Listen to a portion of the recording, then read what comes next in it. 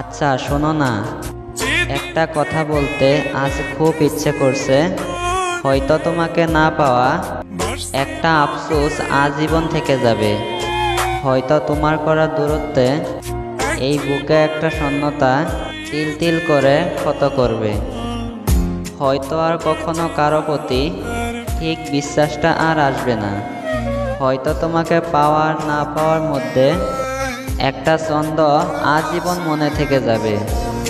হয়তো তুমি আমার মনে সারা জীবন থেকে যাবে, না হয় আর অন্য কারো ভাগ্যে।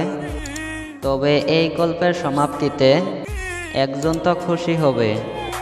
হয়তো এটাই আমার ভালোবাসার সাফল্য। আমি তো তোমাকে খুশি রাখতে চেয়েছিলাম, তুমি আর থাকলে কোথায়।